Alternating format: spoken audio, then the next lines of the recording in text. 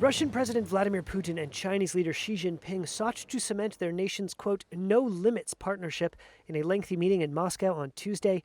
The two leaders discussed plans to ramp up Russian energy exports to China, hopes that Chinese firms would replace Western businesses in Russia, and the Chinese leaders proposed peace plan for the war in Ukraine. Вчера вечером мы обстоятельно обсудили Putin said Russia was satisfying what he called, quote, the growing Chinese energy demands. 尊敬的普京总统。 Xi thanked Putin for the invitation to Russia and said, quote, the cooperation in trade, investment, energy, culture, humanitarian, and inter-regional areas is developing. Russian media reported the two men spoke for more than 4 hours on Monday and enjoyed a state dinner at the Kremlin, warmly praising each other as a dear friend.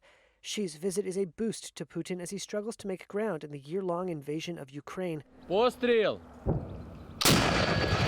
While China has sought to cast itself as a potential peacemaker in the conflict, Beijing's proposed ceasefire has so far been largely dismissed in the West as a ploy to buy Putin time.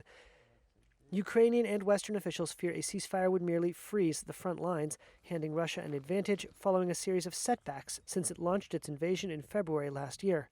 In contrast with the face-to-face meetings in Moscow, Xi may only speak to Ukrainian President Volodymyr Zelensky by telephone, if at all.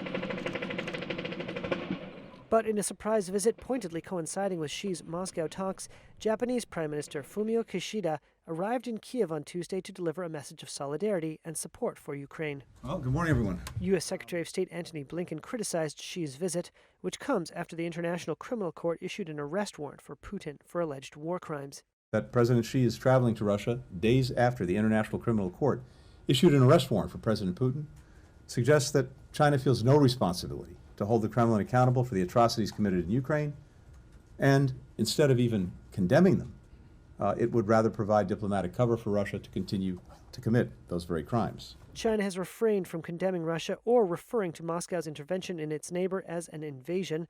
It has also criticized Western sanctions on Russia.